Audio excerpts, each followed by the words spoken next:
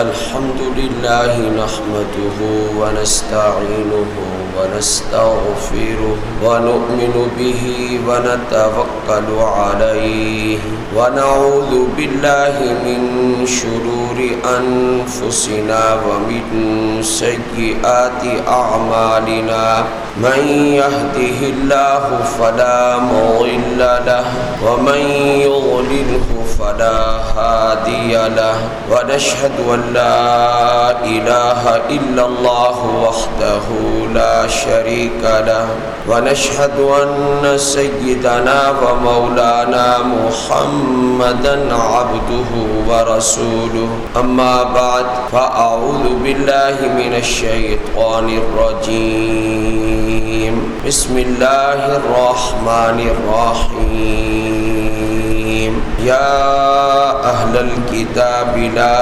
تغلوا في دينكم ولا تقولوا على الله إلا الحق قال النبي صلى الله عليه وسلم إياكم والغلو فإنما أهلك من كان قبلكم الغلو صدق الله العظيم وصدق رسوله النبي الكريم اللهم صل على محمد وعلى آل محمد كما صليت على إبراهيم وعلى آل إبراهيم إنك حميد مجيد اللهم بارك على محمد وعلى آل محمد كما باركت على إبراهيم وعلى آل إبراهيم إنك حميد مجيد اللہ تعالیٰ نے قرآن مجید میں اہل کتاب کو خطاب کر کے کہا ہے یا اہل الکتاب، اے اہل کتاب، لا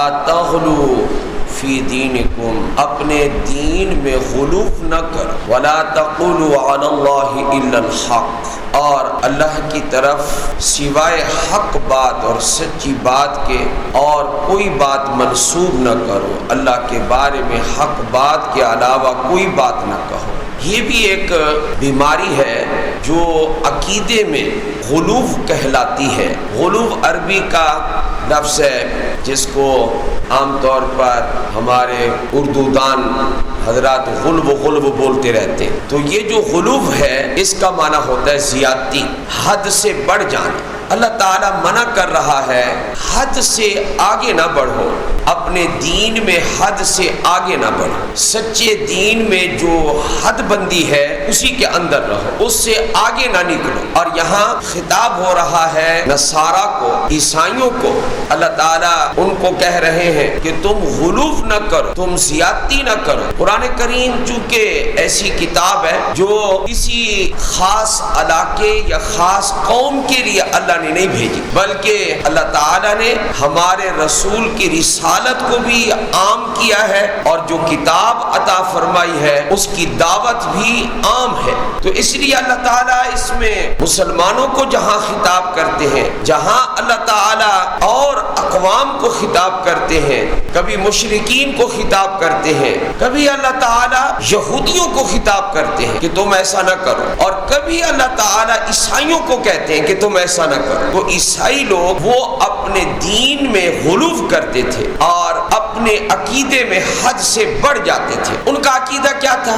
ان میں بھی کئی فرقے، اور 3 فرقے ان کے مشہور و معروف۔ ایک کہتا تھا، عیسائیوں کا ایک طبقہ تھا اور آج بھی ہے، وہ یہ کہتا ہے کہ معاذ اللہ عیسیٰ علیہ السلام عین اللہ ہے، یعنی یہ خدا کا، اللہ کا عین ہے، کہ عیسیٰ علیہ السلام ہی خدا ہے۔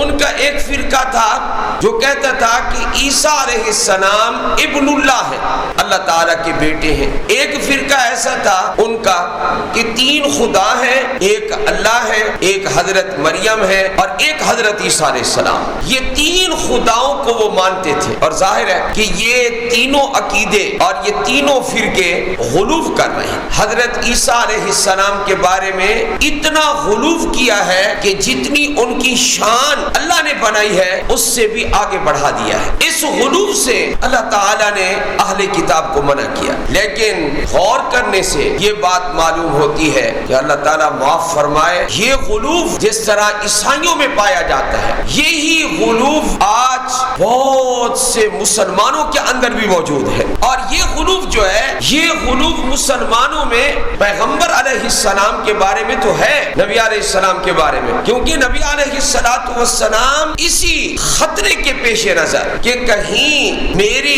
امت بھی مجھے حد سے بڑھا نہ دے اور عیسیٰ علیہ السلام کی طرح میرے بارے میں بھی غلوف نہ کرنے لگے، تو آپ نے فرمایا لا تطرونی کما اطرت النصارى، تم مجھے ایسے نہ بڑھا دینا جیسے کہ عیسائیوں نے حضرت عیسیٰ علیہ السلام کو کیا کر دیا تھا، حد سے بڑھا دیا تھا۔ لیکن ایک ایسی سوچ بھی پائی جاتی ہے کہ وہ غلوف کر رہے ہیں بزرگوں کو لے کر، مثلا بزرگوں میں مشہور و معروف بزرگ حضرت شیخ عبد القادر جیلانی رحمت اللہ علیہ، ان کے بارے میں اتنا غلوف کرنے والے لوگ موجود ہیں۔ آج اہل السنت والجماعت کہلانے والے لوگ، وہ جو اہل السنت والجماعت کے عقائد ہیں ان پر قائم نہیں رہے، اور حضرت شیخ عبد القادر جیلانی رحمت اللہ علیہ کو انہوں نے حد سے بڑھا دیا، تقریباً خدائی صفات ان کے لیے ماننا شروع کر دی ہے، جانتے ہوئے یا لا علمی میں کسی طریقے سے بھی۔ وہ حضرت شیخ عبد القادر جیلانی کے نام پر دودھ کا صدقہ اور دودھ کی خیرات بھی کرتے ہیں، تاریخ بھی متعین ہے۔ حضرت شیخ عبد القادر جیلانی رحمت اللہ علیہ کی 11ویں بانٹنے کو فرض تک مانتے ہیں، اور بڑی 11ویں شریف اور چھوٹی 11ویں شریف یہ ان کے نام کی لوگ تقسیم کرتے اور بانٹتے ہیں، حالانکہ نذر و نیاز، صدقہ خیرات، قربانی، نماز، ہر قسم کی عبادت صرف اور صرف اللہ تعالیٰ کے لیے ہے۔ حضرت شیخ عبد القادر جیلانی رحمت اللہ علیہ کی یہ تعلیمات نہیں تھی جو آج سٹیجوں پر بیان کی جاتی ہیں اور ان کو خدا کے برابر قرار دیا جاتا ہے۔ اس قدر مسلمانوں میں انحطاط آ گیا ہے، فکری انحطاط، اور غلوف سے کام لے رہے ہیں۔ آپ حضرات نے آیت کا ترجمہ تو سن لیا، اب ایک حدیث پاک بھی سنیں جس کو امام احمد بن حنبل رحمہ اللہ نے مسند احمد میں، امام حاکم نے مستدرک میں روایت کیا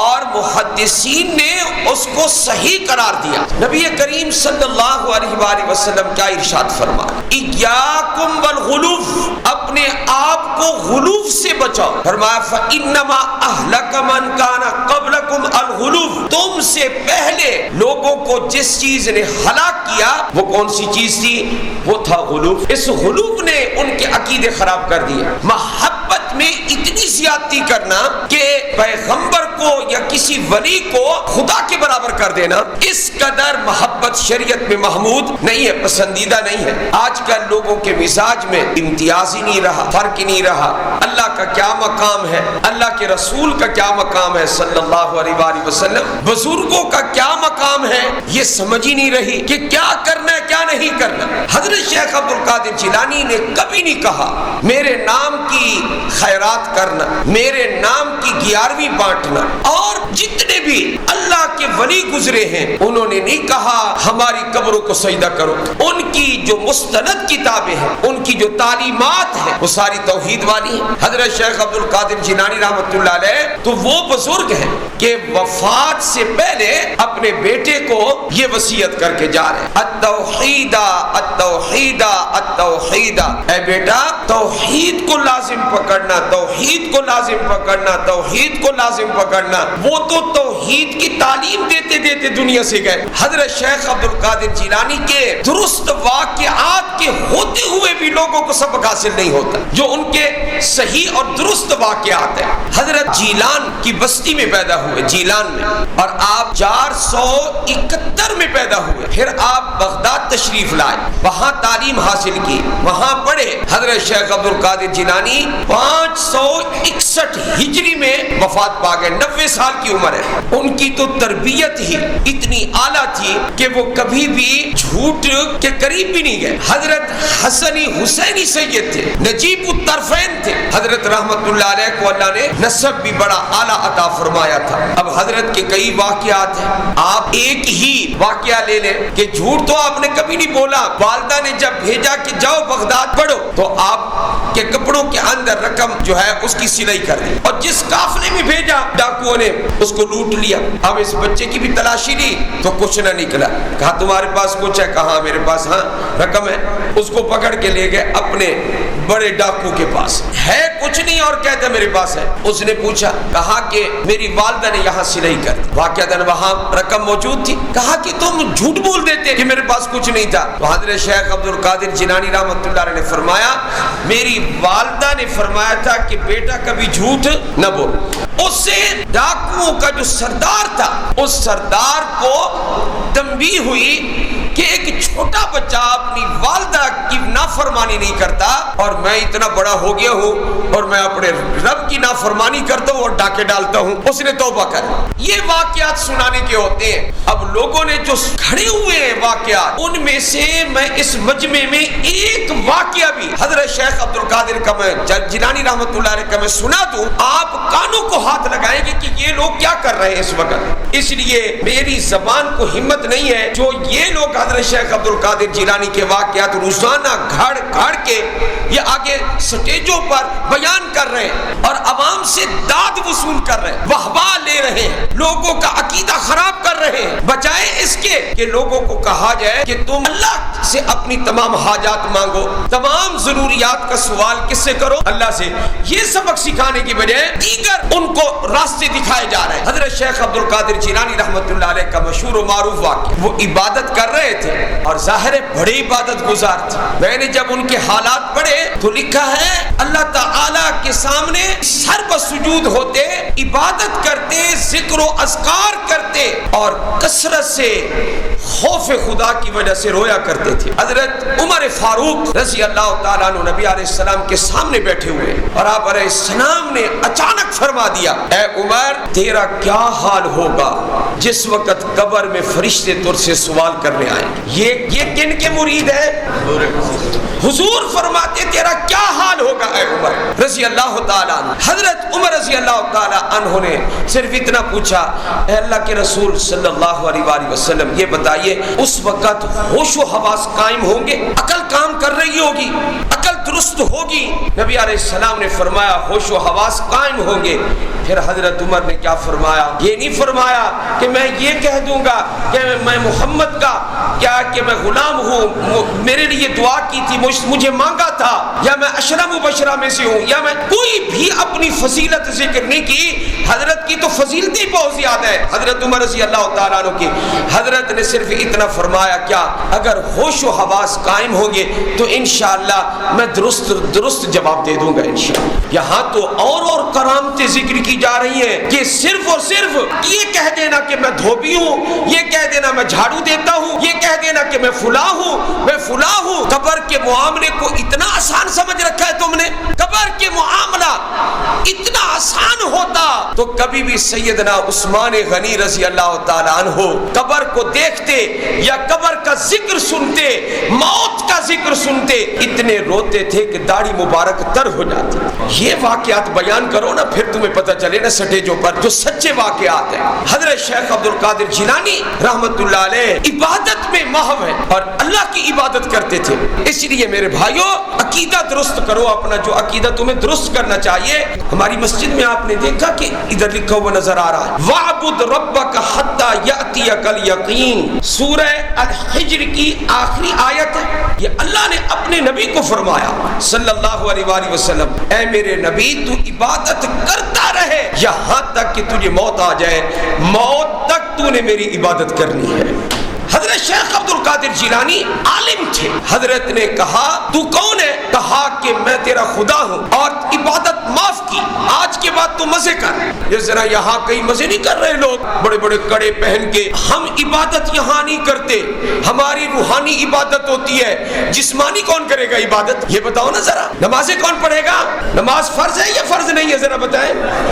میرے نبی نے جسمانی عبادت کی ہے یا نہیں کی؟ ذرا بتائیں.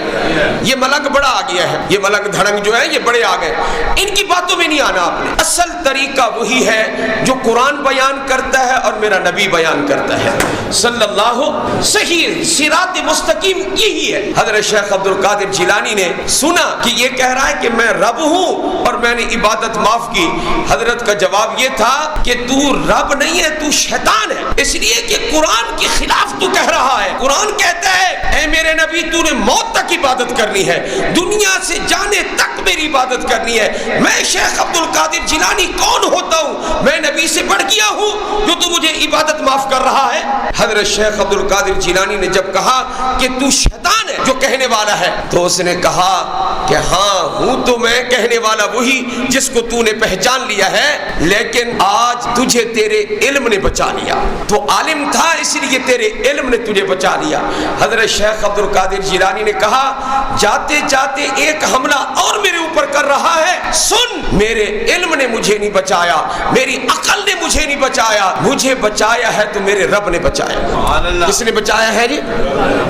اللہ ہم سب کو ان بزرگوں کی صحیح سیرت سمجھنے کی توفیق عطا فرمائے. وآخر دعوانا الحمدللہ.